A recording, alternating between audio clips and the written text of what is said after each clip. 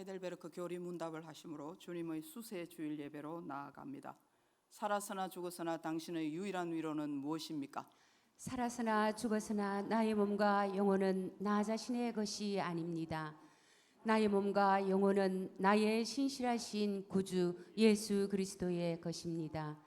그리스도는 자신의 보배로운 피로 나의 모든 죄값을 완전히 치르셨습니다. 그리스도는 나를 마귀의 모든 권세에서 풀어주셨습니다. 또한 그리스도는 나를 지켜주십니다. 그리고 하늘에 계신 아버지의 뜻이 아니라면 내 머리에서 머리카락 하나도 떨어지지 않습니다. 참으로 모든 것은 나의 구원을 위해 합력하여 일합니다. 그리고 그리스도는 성령님을 통해 내게 영생을 보증해 주십니다.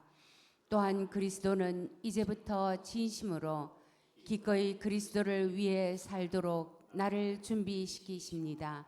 아멘. 이 위로 안에서 복을 누리며 살다가 죽기 위해 당신은 무엇을 알아야만 합니까?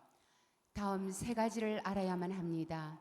첫째, 나의 죄와 비참함이 얼마나 큰지 알아야 합니다. 둘째, 어떻게 내가 나의 모든 죄와 비참함으로부터 구원받는지 알아야 합니다. 셋째, 어떻게 내가 그러한 구원을 주시는 하나님께 감사해야 하는지 알아야 합니다. 아멘.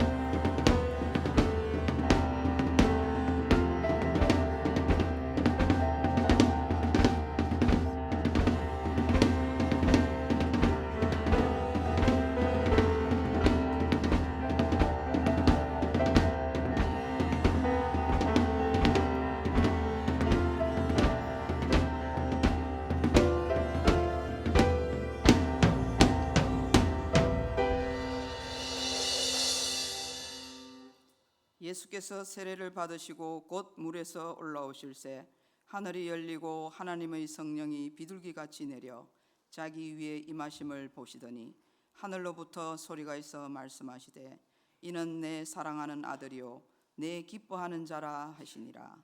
아멘. 사랑과 은혜가 충만하신 하나님, 찬송과 영광을 올려드립니다.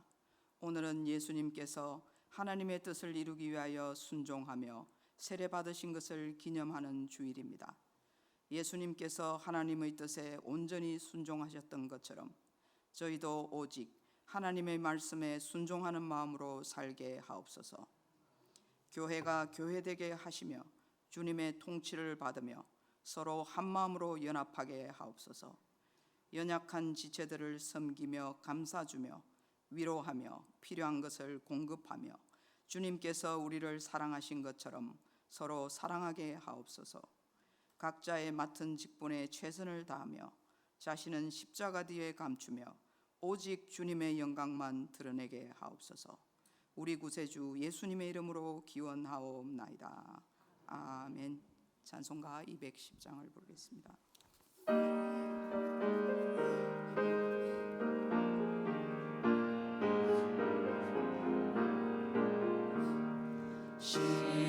성과 같은 교회 그의 영광 한없다. 허락하신 말씀대로 주가 친히 세웠다. 반석 위에 세운 교회 흔들 자가 누구랴.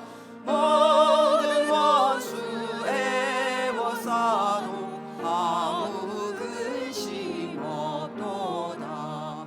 생명샘이 솟아나와 모든 성도 마시리. 언제든지 흘러넘쳐 부족함이 없도다. 이런 물이 흘러가니 목마를 자 누구랴. 주의 은혜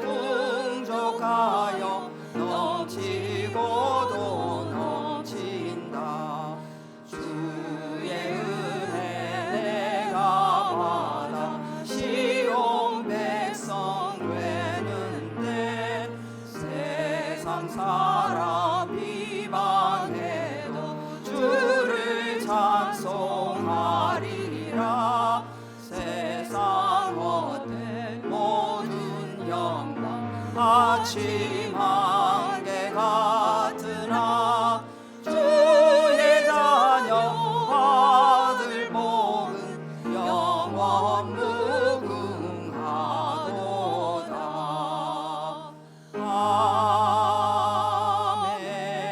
아멘. 성시교독은 94번입니다. 찬송하리로다 하나님 곧 우리 주 예수 그리스도의 아버지께서 그리스도 안에서 하늘에 속한 모든 신령한 복을 우리에게 주시되 곧 창세전에 그리스도 안에서 우리를 택하사 우리로 사랑 안에서 그 앞에 거룩하고 흠이 없게 하시려고 그 기쁘신 뜻대로 우리를 예정하사 예수 그리스도로 말미암아 자기의 아들들이 되게 하시었으니 이는 그가 사랑하시는 자 안에서 우리에게 거저 주시는 바 그의 은혜의 영광을 찬송하게 하려는 것이라. 우리는 그리스도 안에서 그의 은혜의 풍성함을 따라 그의 피로 말미암아 속량 곧 죄사함을 받았느니라. 이는 그가 모든 지혜와 총명을 우리에게 넘치게 하사 그 뜻의 비밀을 우리에게 알리신 것이요 하늘에 있는 것이나 땅에 있는 것이 다 그리스도 안에서 통일되게 하려 하심이라. 모든 일을 그의 뜻의 결정대로 일하시는 이의 계획을 따라 우리가 예정을 입어 그 안에서 기업이 되었으니 이는 우리가 그리스도 안에서 전부터 바라던 그의 영광의 찬송이 되게 하려 하심이라. 아멘. 우리의 신앙을 고백하겠습니다. 나는 전능하신 아버지 하나님 천지의 창조주를 믿습니다. 나는 그의 유일하신 아들 우리 주 예수 그리스도를 믿습니다. 그는 성령으로 잉태되어 동정녀 마리아에게서 나시고 본디오 빌라도에게 고난을 받아 십자가에 못 박혀 죽으시고 장사된 지 사흘 만에 죽은 자 가운데서 다시 살아나셨으며 하늘에 오르시어 전능하신 아버지 하나님 우편에 앉아 계시다가 거기로부터 살아있는 자와 죽은 자를 심판하러 오십니다. 나는 성령을 믿으며 거룩한 공교회와 성도의 교제와 죄를 용서받는 것과 몸의 부활과 영생을 믿습니다. 아멘. 찬송가 434장을 부릅니다.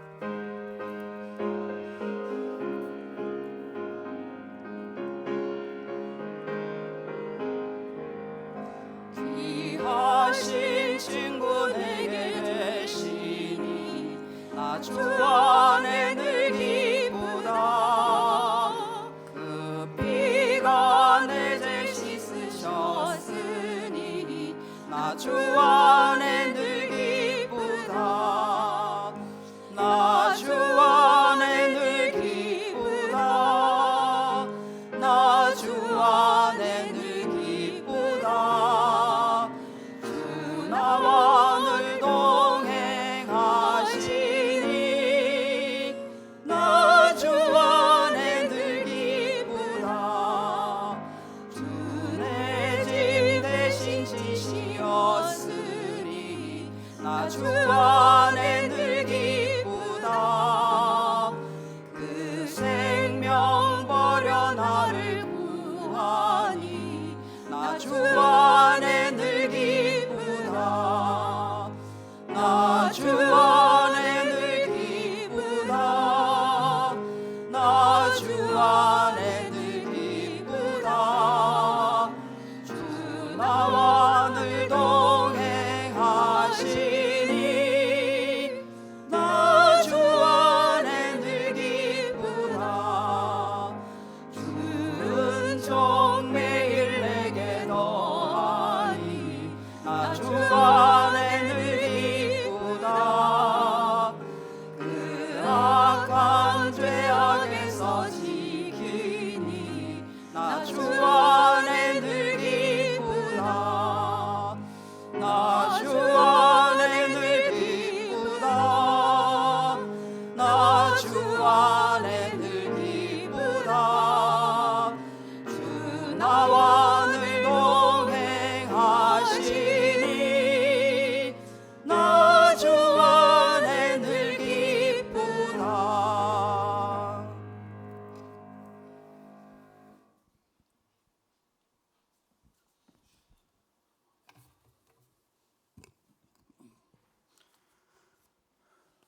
존귀와 영광과 찬양을 받으시기에 합당하신 하나님, 영과 진리로 드려지는 예배를 통하여 높임을 받으옵소서.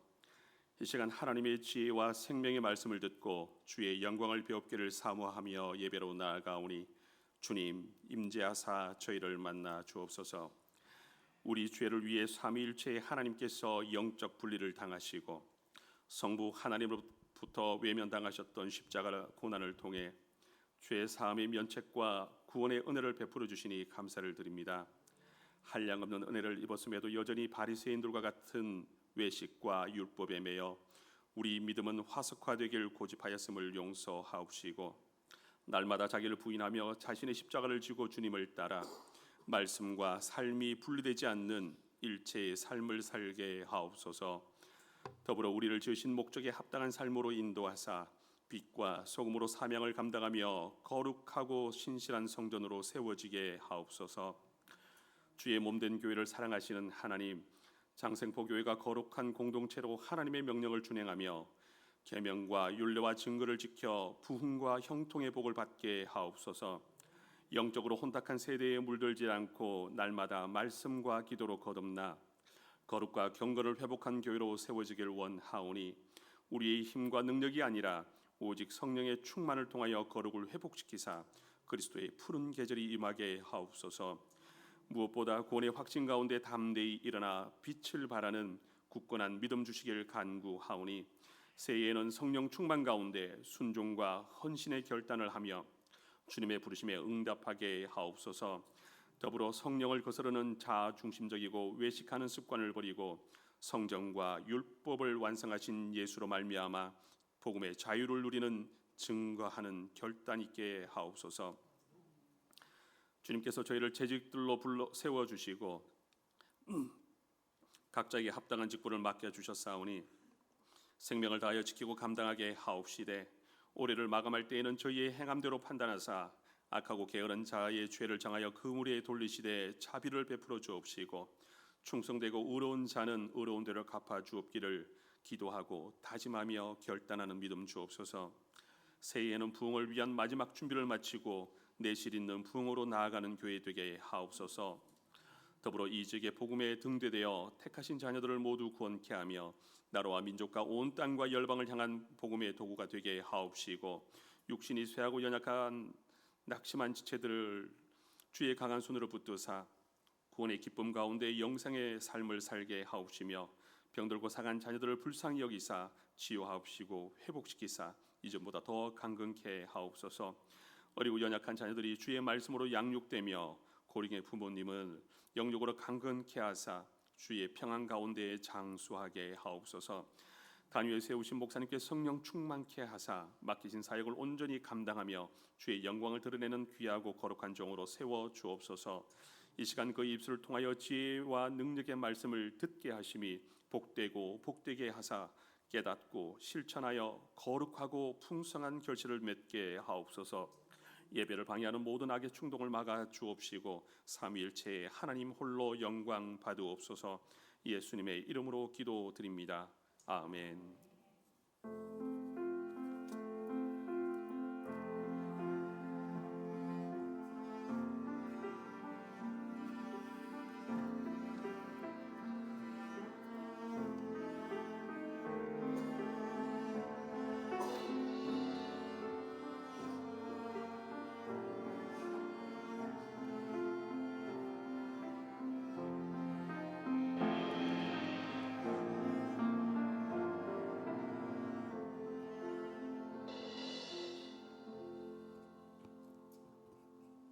하나님께서 우리에게 주신 말씀은 요한복음 19장 28절로 30절 말씀입니다.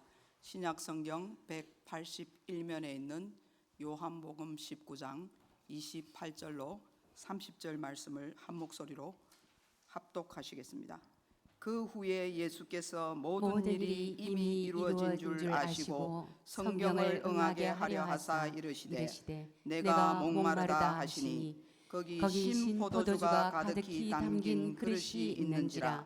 사람들이 신 포도주를 적신 해면을 우슬초에 메어 예수의 입에 대니 예수께서 신 포도주를 받으신 후에 이르시되 다 이루었다 하시고 머리를 숙이니 영원히 떠나가시니라. 아멘. 주일 특송을 장생포교회 남성 중창단에서 올려드리겠습니다.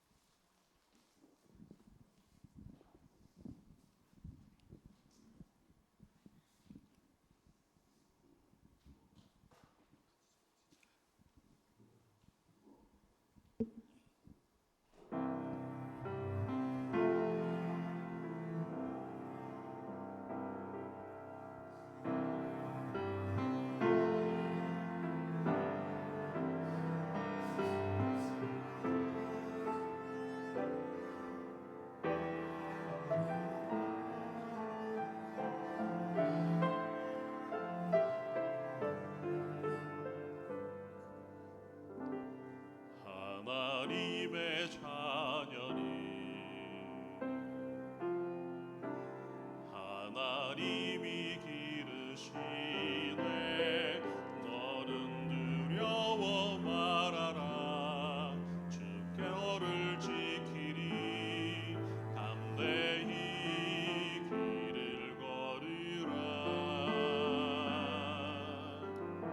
삶의 폭풍이 올 때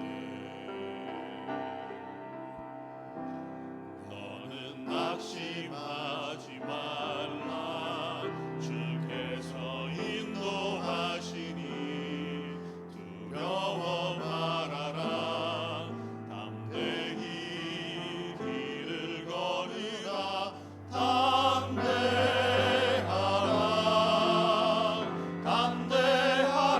담대하라 주께서 너와 함께 하신다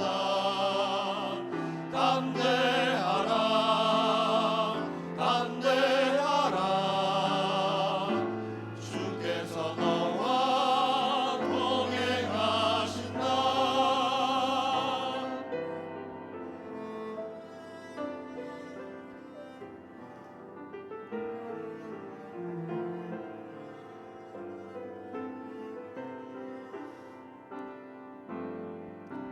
세상 친구 떠날 때 너는 두려워 말아라 주께서 내 편 되셔서 늘 동행하시리 담대히 길을 걸으라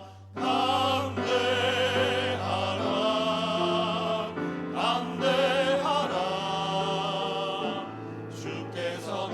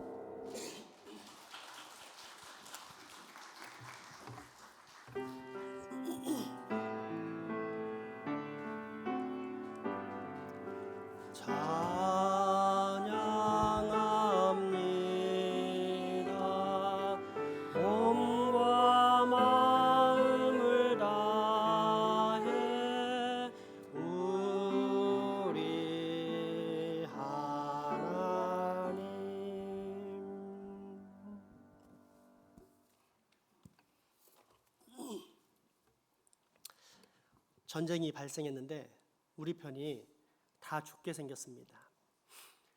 적군에게는 핵폭탄보다도 몇천 배 더 강력한 폭탄이 있고 실제 이 폭탄으로 그 모든 나라들을 황폐화시켰기 때문입니다. 이제 우리에게는 죽는 길밖에 없었습니다. 그때 한 사람이 나타납니다. 저는 외모가 적국의 병사들과 비슷하게 생겼습니다. 그러니 제가 조용히 적 진지에 들어가서 그 폭탄 문제를 해결하겠습니다. 무모한 짓이었습니다. 방사능이 가득한 폭탄인지라 가까이 가는 순간 이미 죽은 목숨이기 때문입니다. 청년 역시 자신의 선택이 어떤 것인지 분명히 알고 있었지만 자기 백성들을 살리기 위해 기꺼이 자원합니다. 침투에 성공하고 드디어 폭탄을 찾아 바닷가 쪽으로 이동하는데 벌써부터 방사능이 전신에 퍼져 온몸의 혈관이 터져나가는 고통을 느낍니다. 하지만 끝까지 참으며 목적지인 바닷가 절벽에 도착했고 동시에 폭탄을 안고 바닷속 깊은 곳으로 뛰어내리며 마지막 폭파 버튼을 누릅니다. 쾅 하는 굉음과 함께 높은 물보라가 일어났고 청년은 결국 한 줌의 재로 변해버렸습니다. 이것이 바로 예수 그리스도의 십자가 죽음입니다. 십자가에서 하나님의 무시무시한 진노와 저주를 감당함으로써 그 안에 있는 모든 백성들은 살게 된 것, 이것이 바로 예수 그리스도의 십자가 사건입니다. 그렇다면 예수님은 왜 꼭 죽어야만 했을까요? 하나님의 공의와 진리 때문입니다. 먼저 공의란 인간은 도저히 실행할 수도 추구할 수도 없는 완전한 공평과 정의를 말합니다. 예를 들어 끔찍한 연쇄살인을 저지른 죄인이 둘이 있는데 하나는 나랑 아무런 상관없는 사람이고 또 하나는 내 자식이라고 합시다. 그리고 이 둘에게 선고를 내려야 할 판사는 나입니다. 과연 아무런 감정이나 치우침이 없이 둘 다에게 정상적인 판결을 내릴 수 있겠습니까? 아닙니다. 남은 당연하다 못해 증오의 마음으로 기꺼이 사형을 선고하겠지만 내 자식은 어떻게 해서든지 무기징역, 집행유예 또는 미필적 고의를 빙자한 가벼운 형벌을 줄여 백방으로 노력할 것입니다. 사람은 결코 공의를 추구하지도 못할 뿐 아니라 어쩌면 영원히 공의가 무엇인지 이해 자체를 못할 수도 있습니다. 그래서 하나님의 공의를 이해를 못하는 것입니다. 하지만 우리 주님은 공의의 하나님이십니다. 그 어떤 죄인도 예외가 없습니다. 죄를 지으면 벌을 받게 하십니다. 택함받은 이스라엘 백성도 이방 민족도 똑같이 이 공의의 근거에 심판하십니다. 이때 죄인이 하나님께 받는 형벌은 어떤 것일까요? 죽음, 즉 영원한 사망입니다. 죄인은 죽어야만 하나님의 공의를 만족시킬 수 있기 때문입니다. 따라서 죄인에게는 오직 죽음밖에 없습니다. 한 번 죽는 것은 사람에게 정해진 것이요, 그 이후에는 지옥의 고통 속에 들어가 영원한 형벌을 받는 둘째 사망, 이것이 모든 인생들이 겪게 될 운명입니다. 그런데 이때 이러한 하나님의 공의를 만족시키신 분이 있습니다. 죽을 수밖에 없는 인생을 대신해서 그 모든 죄악의 형벌을 대신 감당함으로써 공의를 만족시켜 주신 분, 십자가에 못 박혀 죽으신 예수 그리스도입니다. 그런데 왜 굳이 예수님입니까? 다른 피조물이나 죄인은 절대 하나님의 공의를 만족시킬 수 없기 때문입니다. 오직 아무런 죄가 없으신 하나님이시자 모든 인류를 대표할 수 있는 사람만이 이 공의를 만족시킬 수 있기 때문에 예수님께서 그처럼 진노와 저주의 모든 형벌을 다 받으신 것입니다. 이것이 우리가 하이델베르크 제12, 13문답에서 배운 내용이었습니다. 함께 다시 한번 확인해 보겠습니다. 하나님의 공의로운 심판에 의하면 우리는 이 세상에서 또한 영원토록 형벌을 받아야 마땅합니다. 그렇다면 어떻게 우리는 이 형벌에서 벗어나 다시 하나님의 은혜를 받을 수 있습니까? 하나님은 자기의 공의가 충족되기를 원하십니다. 따라서 우리 스스로 치르든지 아니면 다른 사람이 우리를 위해 치러주든지 우리는 하나님의 공의가 요구하는 모든 것을 완전히 치러야만 합니다. 아멘. 그렇다면 우리 스스로 하나님에게 빚진 것을 모두 지불할 수 있습니까? 결코 그렇지 않습니다. 오히려 날마다 우리는 우리의 빚, 곧 우리의 죄책, 내가 지은 죄에 대한 책임을 더 늘어나게 할 뿐입니다. 아멘. 그런데 오늘 배우는 제40문답에서는 한 가지를 더 첨가해서 가르칩니다. 하나님의 공의가 요구할 뿐 아니라 하나님의 진리가 요구한다는 말입니다. 제40문답 보겠습니다. 왜 그리스도는 반드시 죽으셔야만 했습니까? 왜냐하면 하나님의 공의와 진리가 그것을 요구하기 때문입니다. 다른 방법은 전혀 없고 오직 하나님의 아들의 죽음을 통해서만 우리의 죄값이 치러질 수 있기 때문입니다. 아멘. 이 진리에 관한 사항은 에덴 동산에서 하나님께서 말씀하신 것과 관련이 있습니다. 창세기 2장 말씀입니다. 여호와 하나님이 그 사람에게 명하여 이르시되 동산 각종 나무의 열매는 내가 임으로 먹되 선악을 알게 하는 나무의 열매는 먹지 말라.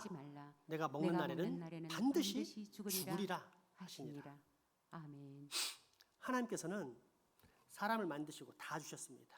그리고 딱 한 가지 언약을 맺으셨는데 그것은 선악을 알게 하는 나무를 가지고 이것을 먹지 않고 순종하면 영원한 생명을 주시겠지만 만약 어기면 죽게 되리라 라고 말씀하셨습니다. 그리고 하나님께서 이렇게 언약, 약속을 맺으시면서 말씀하셨기 때문에 이 약속을 어긴 사람에게 형벌을 내리는 것은 불의한 일이 아니요 공의로운 일이며 무엇보다도 하나님의 진리를 따르는 일이 됩니다. 그런데 인간이 범죄한 이후 창세기 3장 15절에서 하나님께서는 또 여인의 후손이 장차 뱀의 머리를 상하게 될 것이다 라는 언약도 해주십니다. 그리고 실제로 예수님이 여인의 후손 마리아의 아들로 오셔서 십자가로서 뱀의 머리를 상하게 하셨습니다. 여인의 후손이 뱀, 곧 사탄의 머리를 상하게 한다 했는데 그 사탄은 죽음의 권세를 잡고 있는 존재입니다. 사람이 왜 죽음을 두려워할까요? 자기의 무의식이 죽으면 이 사탄에게 끌려가 영원히 저에게 고통을 당할 것이라는 것을 알고 있기 때문에 죽음이 두려운 것이지 내가 좋은 곳에 간다면 죽음이 두렵겠습니까? 그래서 두려운 것입니다. 그런데 이런 죽음의 권세를 잡고 있는 사탄을 없애기 위해서 주님께서 사망으로 말미암아 즉 죽음에 들어가 죽음을 통해서 사탄을 멸하시게 되는데 이러한 사실을 히브리서 2장 14절 말씀은 우리에게 다음과 같이 가르쳐주고 있습니다. 자녀들은 혈과 육에 속하였음에 그도 또한 같은 모양으로 혈과 육을 함께 지니심은 죽음을 통하여 죽음의 세력을 잡은 자 곧 마귀를 멸하시며 아멘. 여인의 후손이 죽음을 통해서 사망의 세력을 잡은 자를 없애신다라고 하나님의 진리가 가르쳤기 때문에 우리가 배우는 하이델베르크 교리문답 역시 성경에 있는 말씀을 따라 있는 그대로의 진리를 반복하고 있는 것입니다. 다시 한번 하이델베르크 14문답을 살펴보겠습니다. 왜 그리스도는 반드시 죽으셔야만 했습니까? 왜냐하면 하나님의 공의와 진리가 그것을 요구하기 때문입니다. 다른 방법은 전혀 없고 오직 하나님의 아들의 죽음을 통해서만 우리의 죄값이 치러질 수 있기 때문입니다. 아멘. 이처럼 십자가에서 돌아가신 예수님의 죽음에 어마어마한 능력이 있기에 사탄은 사람들로 하여금 이 죽음을 부인하게 만들었습니다. 그런 사람들이 하는 말 중 대표적인 주장이 기절설입니다. 그러니까 십자가에서 너무 고통스러우니까 예수님이 쇼크를 받고 기절했는데 신선한 돌무덤에 들어가니까 정신이 바짝 들어 다시 살아나셨다라고 주장하는 것입니다. 실제로는 안 죽었다는 뜻입니다. 그러나 이것은 그냥 거짓말입니다. 복음서에 보면 빌라도뿐 아니라 대제사장 니고데모와 아리마대 요셉 등을 포함하여 수많은 사람들이 예수님의 죽음을 확인한 기록이 남아있기 때문입니다. 만약 예수님이 살아계셨다면 예루살렘에서 제자들이 도망갔겠습니까? 다시 갈릴리로 올라가서 고기나 잡고 있었겠습니까? 죽은 것을 확인했고 아무런 소망이 없다 생각했기 때문에 자기 고향에 가서 고기를 잡고 있었던 것입니다. 그렇기에 이어지는 제41문답은 예수 그리스도는 진짜 죽어서 무덤에 장사되었다라는 사실을 강조합니다. 사탄이 우리로 불신하게 만들려는 십자가 죽으심의 능력, 즉 예수님이 우리 대신 죽으심으로 우리의 모든 죄값이 다 치러졌다라는 사실을 의심하게 만드는 사탄의 교란 작전을 정면으로 타쇠하는 것입니다. 그런데 이어지는 42문에서는 문득 이런 질문이 던져집니다. 예수님이 우리를 위해 죽으셨다면 우리는 이제 안 죽어도 되는 것 아닙니까? 그런데 왜 우리는 여전히 죽는 것입니까? 라는 질문입니다. 이에 대해서 먼저 답변은 예수님의 죽음과 우리의 죽음 사이에 관한 차이에 대한 설명입니다. 즉 예수님은 죽지 않아도 될 분이시지만 우리의 죄값을 치르기 위해 대신 죽어주셨다면 우리는 그처럼 누군가의 죄값을 치르기 위해 죽는 것은 아니다라는 것을 알려줍니다. 다시 말해 그 이전에도 마찬가지지만 예수님을 제외하고 이 땅에 살았던 인생 중 그 어떤 사람도 누군가의 죄를 없애주기 위해 대신 죽을 수는 없다는 뜻입니다. 그리고 이어서 우리 신자들이 얻는 죽음의 유익을 가르쳐 줍니다. 그러니까 불신자들은 원래 예정된 운명인 육체의 죽음, 그리고 그 죽음을 통해 지옥의 고통 속에 들어가는 영원한 사망의 형벌을 받는 저주의 죽음을 맞이하는 반면 우리 신자들은 이제 전혀 다른 차원의 새로운 죽음을 경험하게 된다는 것입니다. 그러면서 구체적으로 죽음에 관한 두 가지 유익을 소개하는데 그중 첫 번째는 죄 짓기를 그치는 거룩한 삶의 획득이라고 말합니다. 아무리 믿음이 좋은 신자라 할지라도 이 세상에 사는 동안 남아있는 연약함 때문에 어쩔 수 없이 죄를 지으며 또 그로 인해 수많은 괴로움을 겪을 수밖에 없습니다. 물론 예수님을 구주로 믿기에 이제 우리는 그 모든 죄 책에서 벗어나 더 이상 정죄함이 없습니다. 사탄이 우리를 끌어가지 못합니다. 하지만 그렇다고 해서 나를 유혹하는 세상의 모든 죄에서 벗어나 내가 완전히 자유로워졌습니까? 결코 아닙니다. 따라서 정상적인 신자라면 이 세상을 사는 동안 늘 죄와 싸우는 고달프고 힘든 인생을 살 수밖에 없습니다. 그런데 어떤 이는 이런 사실에 대해 나는 그렇게 인생을 고달프고 힘들게 살지도 않고 무엇보다 그렇게 큰 죄인이 아닌 것 같은데 왜 교회만 오면 지나치게 죄인 취급하는지 모르겠다라는 반문을 하기도 합니다. 하지만 이것은 착각이요 사탄의 속임입니다. 왜냐하면 비록 윤리 도덕적으로 아무런 죄를 짓지 않는다 하더라도 하나님과의 관계, 그분의 율법에 대한 순종의 유무와 관련해서는 여전히 큰 죄악 가운데 자주 빠지기 때문입니다. 가장 대표적인 예가 마태복음 6장 24절에 나오는 이런 말씀입니다. 한번 읽어보겠습니다. 한 사람이 두 주인을 섬기지 못할 것이니 혹 이를 미워하고 저를 사랑하거나 혹 이를 중히 여기고 저를 경히 여김이라. 너희가 하나님과 재물을 겸하여 섬기지 못하느니라. 아멘. 인간의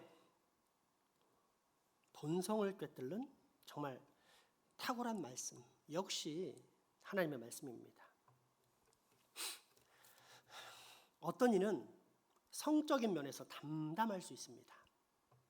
어떤 이는 명예에 관해서는 담담할 수 있습니다. 또 어떤 이는 인기에 관해선 담담할 수 있습니다. 그런데 이 세상에 사는 그 어떤 사람도 물질에 담담한 사람은 거의 없습니다. 약간의 물질에 흥분하고 또 약간의 손해가 나면 그 물질에 낙심하는 사람들이 대부분입니다. 심지어 어떤 이들은 물질이 하나님보다 훨씬 더 크게 느껴져 수십 년, 아니 평생을 교회 다녔어도 제대로 온전한 헌금을 드리지 못하는 것을 봅니다. 그럼에도 불구하고 나는 그렇게 큰 죄를 짓고 살지 않는데 왜 교회만 오면 지나치게 죄인 취급하는지 모르겠다고요? 이것은 말 그대로 자기만의 착각이요, 그런 말씀을 하신 하나님을 거짓말장애로 취급하는 정말로 심각한 죄가 아닐 수 없습니다. 그러나 과연 우리의 죄악이 물질에만 관련되어 있을까요?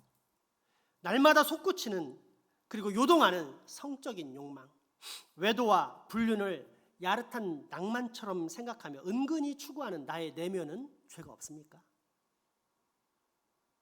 조금만 마음에 들지 않으면 여과 없이 쏟아내는 온갖 판단과 정죄와 거짓과 비방의 입술은 과연 죄가 없습니까? 마음은 또 어떻습니까? 내 기준이 어긋나면 미움과 분노, 불신과 원망 등등이 수시로 찾아와 항상 기뻐하고 쉬지 말고 기도하고 모든 일에 감사하는 하나님의 말씀을 쉽게 무시하는 내 마음은 과연 죄가 없습니까? 이처럼 끊임없는 죄악의 유혹과 충동에 넘어진 일을 하루에도 수십 번씩 반복하는 우리는 분명 날마다 죄와 싸우며 살아가는 정말 고달프고 힘든 인생입니다. 그런데 죽으면 끝이 납니다. 죄와 씨름하는 일이 끝납니다.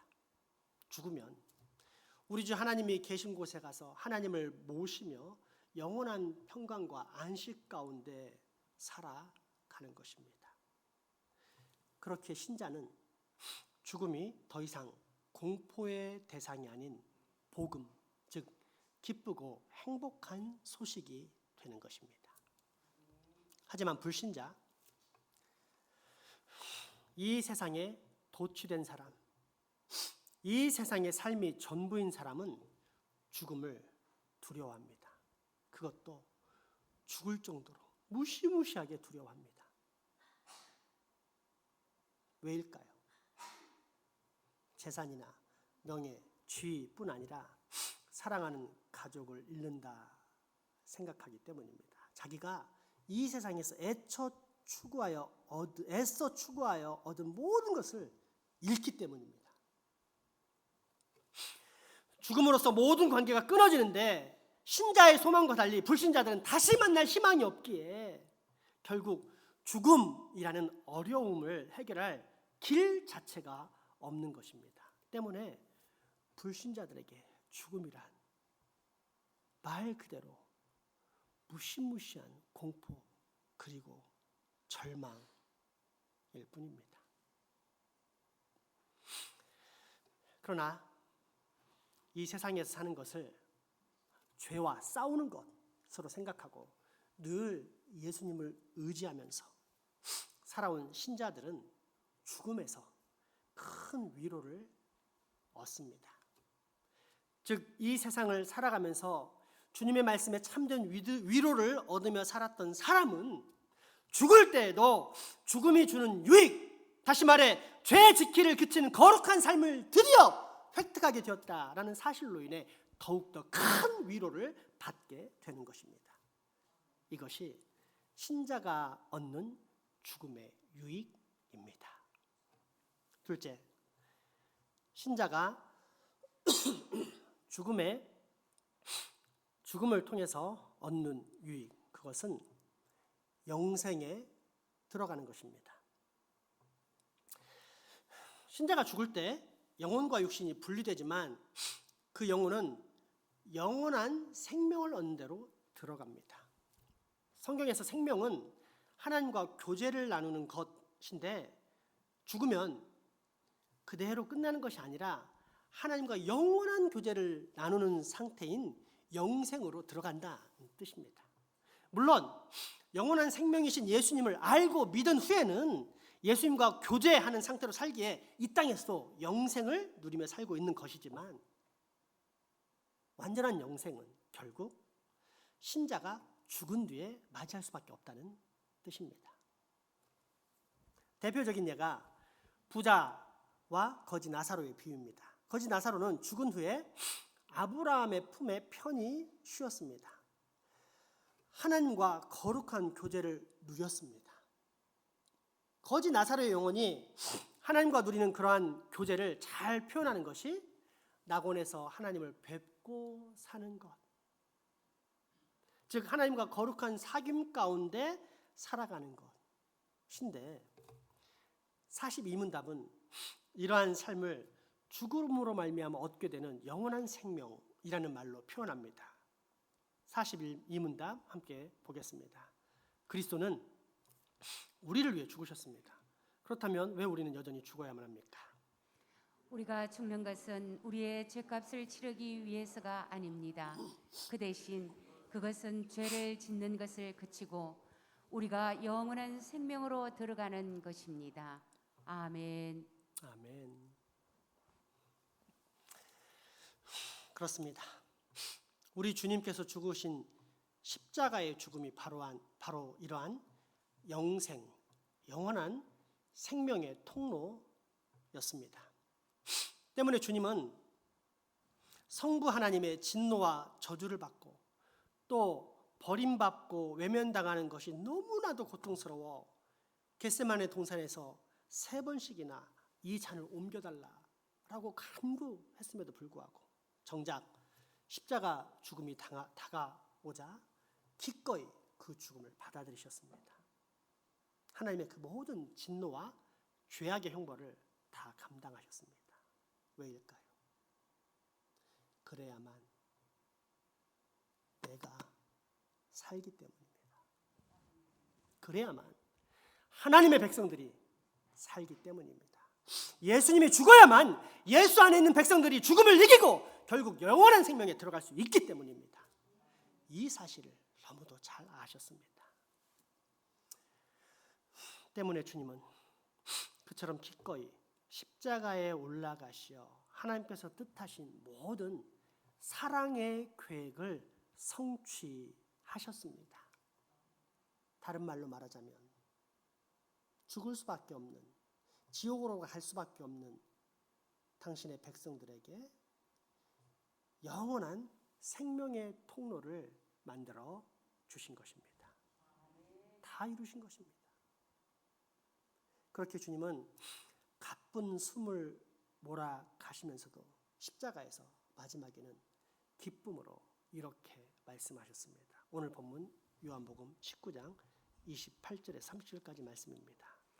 그 후에 예수께서 모든 일이 이미 이루어진 줄 알시고 성경을 응하게 하려 하사 이르시되 내가 목마르다 하시니 거기 신 포도주가 가득히 담긴 그릇이 있는지라 사람들이 신 포도주를 적신 해면을 우슬초에 메어 예수의 입에 대니 예수께서 신 포도주를 받으신 후에 이르시되 다 이루었다 하시고 머리를 숙이니 영원히 떠나가시니라.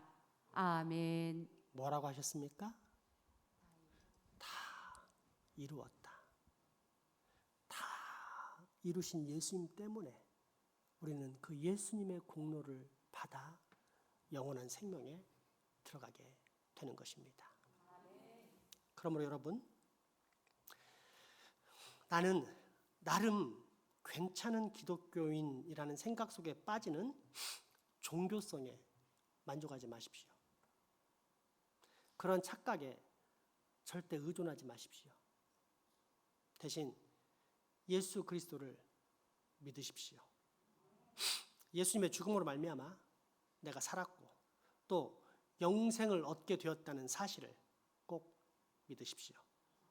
더불어 이제 나는 죽음조차도 두렵지 않게 되었다. 아니, 오히려 죽음이 반갑게 되었다. 죽음이 내게 주는 유익을 알게 되었기 때문이다. 라는 고백을 할 정도의 신앙에 이르십시오. 그리스도의 장성한 분량이 충만한 데까지 이룰 수 있다는 믿음 때문에 기뻐하십시오. 이것이 바로 예수님께서 우리를 위해 십자가에서 돌아가신 죽음의 이유, 곧 죽음의 유익입니다. 기도합시다. 오 생명의 주님, 나로 오늘 모든 사람들이 그토록 두려워하는 죽음을 비웃고 오히려 죽음의 유익을 깨닫게 해주시니 그 은혜에 감사와 찬양과 경배와 영광을 올려드립니다. 원하옵기는 여기 있는 장생포교의 모든 성도들은 장차 다 알곡이 되어 오히려 죽음을 반가워하고 기뻐하기까지 할 수 있는 믿음의 사람, 그리스도의 장성한 분량이 충만한 데까지 이르는 참 신앙이니 다 되게 하여 주옵소서. 예수 이름으로 기도합니다. 아멘. 헌금하시겠습니다.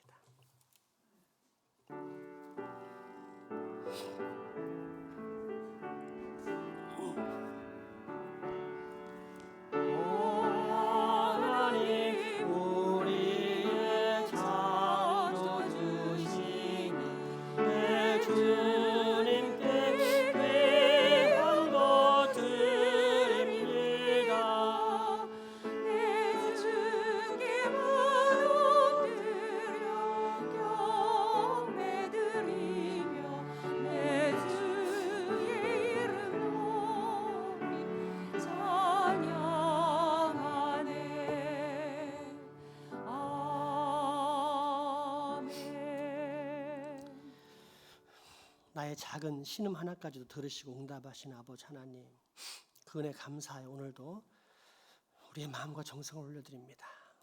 오병이어의 축복하사 5,000명을 먹이고도 12광주리를 남기게 하신 주님, 이 헌금에도 복주사 오병이어의 기적이 일어나게 하시고 그로 인해 이 헌금이 사용되는 곳에는 영육간에 차고 넘치는 풍성한 유통의 복이 꼭 있게 하여 주옵소서. 드린 손길에게도 은혜와 복을 내려주사 영육간의 평강과 더불어 개인과 가정, 이웃의 영혼 구원, 관계 회복, 경제적 형통까지 이루어지는 그런 복을 꼭 받게 하여 주옵소서.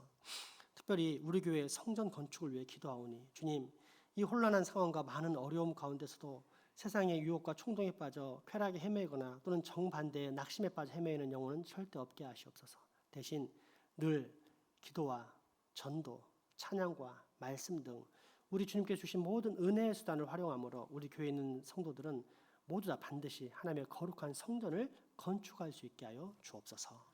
우리 가족이지만 병환으로 인해 이 예배에 함께하지 못하는 소중한 환우들, 직장, 사업, 유학, 국방 등의 의무로 타지 해외 나가 수고하는 가족들에게도 동일한 은혜와 감사와 강복이 있게 하시고 어디를 가든지 우리 주 예수님과 동행하는 은혜를 꼭 누리게 하여 주옵소서.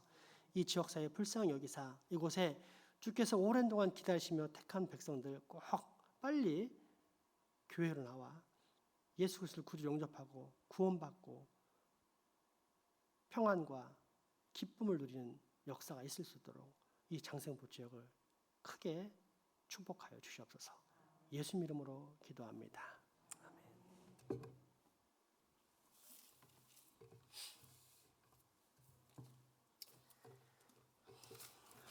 교회 소식 전해드립니다.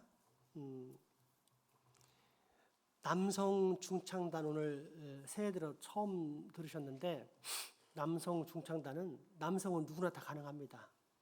나는 뭐 너무 목소리가 안 좋아서 괜찮습니다. 인물로 승부하시면 됩니다. 서 계시기만 하면 되니까 우리 교회 다니는 모든 남성들은 전부 다 이 남성 중창단에 동참해 주시길 부탁드립니다. 오후 1시에 재직 세미나가 있습니다. 대형교회 원로 목사님이신 이윤빈 목사님 모시고 할 텐데 중등부 이상 모든 친구들은 전부 다 모든 교우들은 전부 다 참석하는 걸 원칙으로 합니다. 오늘 그래서 귀가 차량은 오후 2시 30분에 1층 만남의 광장에서 출발합니다. 재직 헌신예배 및 세미나가 다음 주에 있습니다. 재직들은 헌신예배 준비를 해주시고 특송 준비 부탁드리겠습니다. 다음 주에 예배 후에 당회가 있습니다. 환우 잠깐 봐주시기 바랍니다. 3번 보시면 우리 이문길 지사님이 지난 월요일에 수술을 하셨답니다. 그런데 척추 쪽 또 허리 쪽의 수술이기 때문에 한 달 정도는 요양을 해서 회복을 하실 거라는데 자녀들이 있는 포항 쪽에 있는 요양원에서 재활병원에서 이렇게 회복할 예정이라고 합니다. 우리 한 달 이상 꼭 기도함으로 사랑하는 아들이 잘 회복될 수 있도록 우리 함께 도왔으면 좋겠습니다. 마지막 광고는 제가 지난주에 깜빡하고 잊어버렸는데 우리 청년부에 대한 광고를 하겠습니다. 청년부가 새해를 맞이해서 그날 온 교회를 5층에서 1층까지 전부 다 청소를 다 했습니다. 참 기특합니다. 청년부가 이러는 거 보니까 얼마 안 있으면 중고등부 할 것 같아요. 그죠? 그래서 참 우리 교회가 참 너무 좋아져요. 너무너무 원래 좋았지만 더 좋아지는 것 같아요. 너무 행복해요. 자발적으로 정말 행복한 것 같아요. 나중에 유치부 아이들이 하기 시작하면 이제 끝나는 겁니다. 우리 교회는 막 교회가 떠서 날아다닐 수도 있어요. 아무튼 이번에 참 수고를 하는 우리 청년들 고맙고 참 너희들 인생이 복받길 원한다. 축복의 마음을 담아서 큰 박수 한번 보내도록 하겠습니다. 마지막 찬양 드리겠습니다.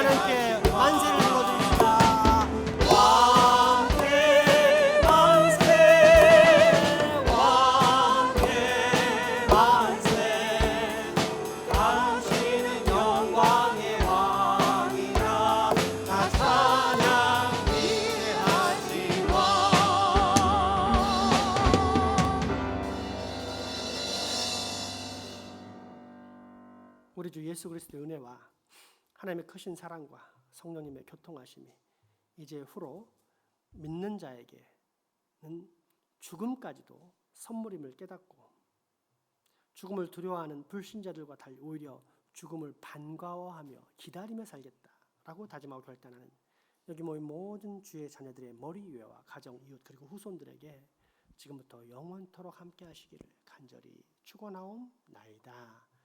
아멘.